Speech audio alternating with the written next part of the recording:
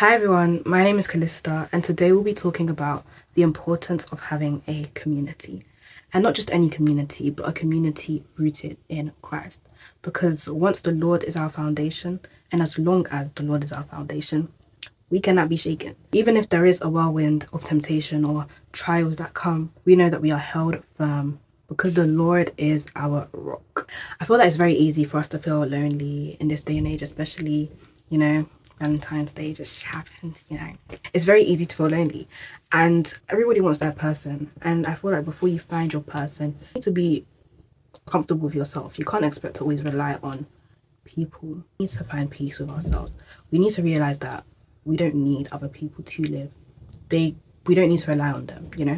We need to trust in the Lord, and He will guide us to the people who are for us always. And if you feel lonely right now, know that you're not the only person that is feeling that way. So many people in the world feel the exact same way as you, but you will never know unless you share and open up about it.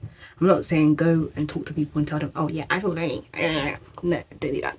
Obviously, just let the Lord guide you and be open to doing whatever He asks you to. And there will be a season in our life where we feel that way, and that's okay. You need to come to terms with that and try and enjoy this season. I know you're like, okay, but I'm alone. I'm lonely. And even when you're surrounded by so many people, you can still feel lonely. But then you need to realize that loneliness is not about the people that surround you, but it's about you. Sometimes we need to fill that empty void. I know personally that I start to feel lonely when I haven't been on it with God. Obviously, I have my quiet times with Him.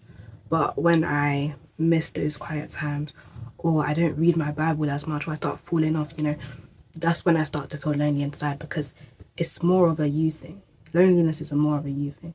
You don't need to have 10,000 people around you, even one person with you, for you to not feel lonely. But it's a sentiment that we will all go through, and we need to know how to move past it and live through it. You can't let the seasons that you're in dictate your reactions to the world around you or to your life, because your life is continuing. Just because you're waiting on something to happen, or you want these friends, you want these people, it will come in its time. But use the time that you have now to improve yourself, to improve your relationship with God, and to focus on your goals.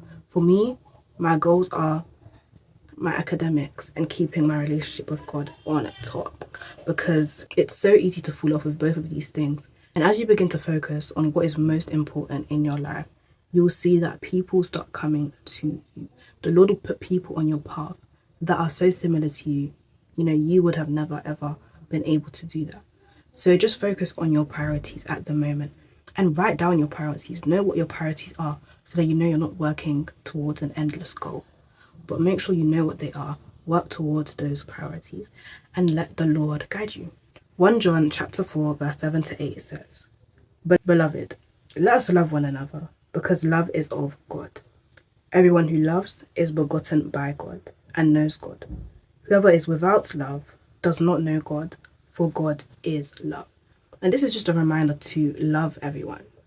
And when you love everyone, you actually give them a chance to love you too.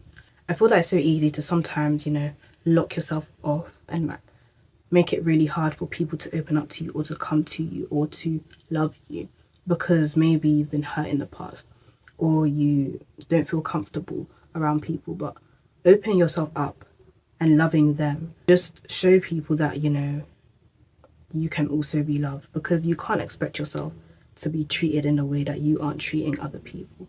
And when I say love, it's not always romantic love, it's platonic love too.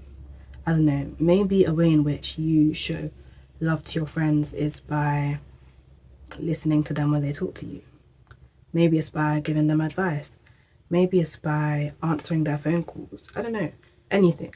But find that way in which you can show other people love, in order for them to also be able to show you love, for them to be comfortable in showing you love. In showing other people love, you create an environment in which they feel accepted and they can then accept you. It all starts with you. Sometimes we always expect others to make that first move, but the first move can just be a simple action. It doesn't even have to be through words. And from there, your community will slowly begin to grow. I'll also say be yourself. I feel like a lot of people put up a front and pretend to be people that they're not, and then they end up attracting people that are not for them. So just be honest with yourself. Know who you are. Discover your identity in Christ and show it to the world. Just be honest, Lying never gets you far.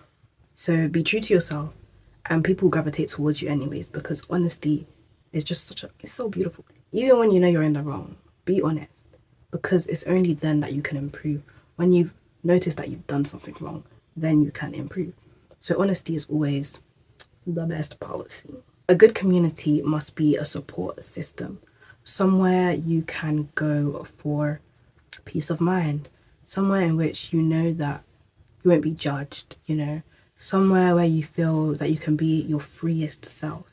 And Hebrews 10:24 to 25 actually speaks on this. It says, "We must consider how to rouse one another to love and good works. We should not stay away from our assembly, as is the custom of some, but encourage one another, and this all the more as you see the day drawing near." And what I want to probably delve into is the verse 25, which says, "We should not stay away from our assembly, as is the custom of some."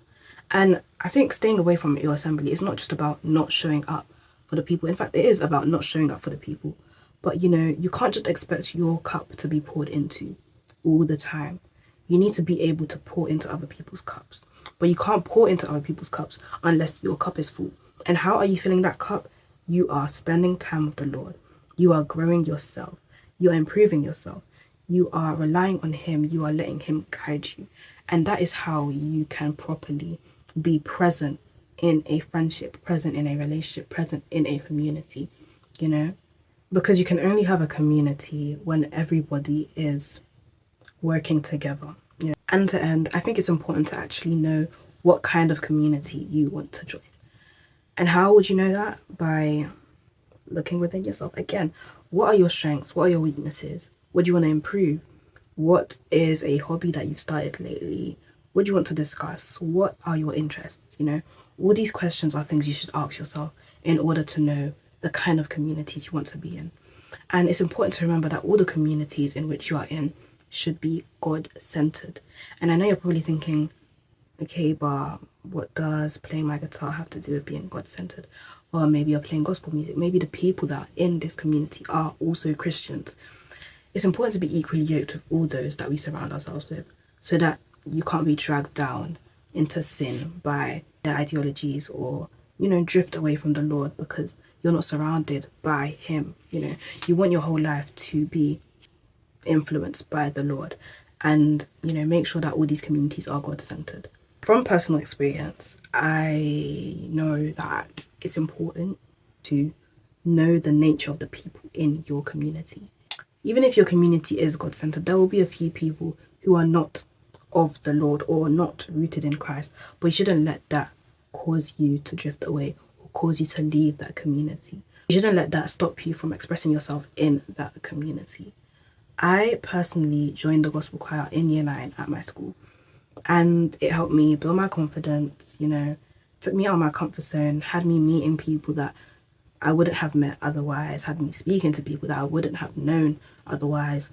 It allowed me to foster this sisterhood with other girls in my school. It just made me feel safe, and it was something to look forward to at the end of the week.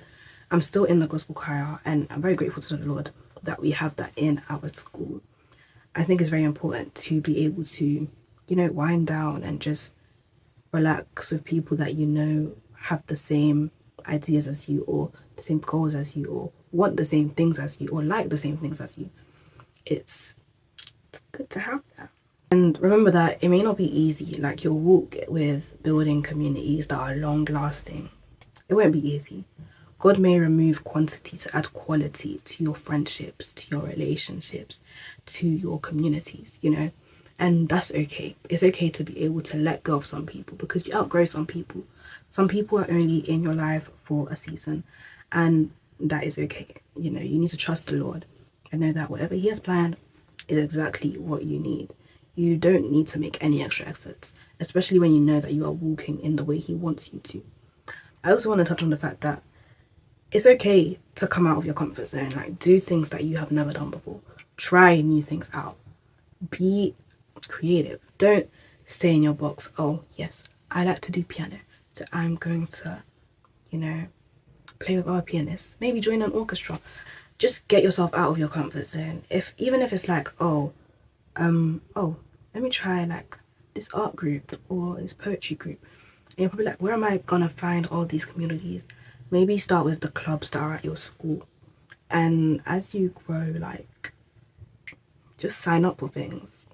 Obviously with caution. But, just put yourself out there. Try. Put yourself out there. Put yourself there. And that's literally what I've been doing. I'm gonna show you guys my video actually. I made a video for my campaign to be head girl. I didn't get head girl. I got vice president. But all is well because I know that the Lord is guiding me and putting me in the spaces that he wants me to be put in, giving me the opportunities that I need to be given. Hi everyone, my name is Krista and I would like to be a student leader. Before I tell you what I'd like to do as a student leader, I think it's important that you understand why. As I have grown, I've understood the importance of putting yourself out there. No one will do it for you. And if you don't do it, you'll die. Unknown. I think it's important to just try. I remember I saw this quote on Pinterest and it was like, would you rather have a museum of failure or a gallery of trying? And I also thought it'd be nice to show you guys some of the people in my community. So, yeah.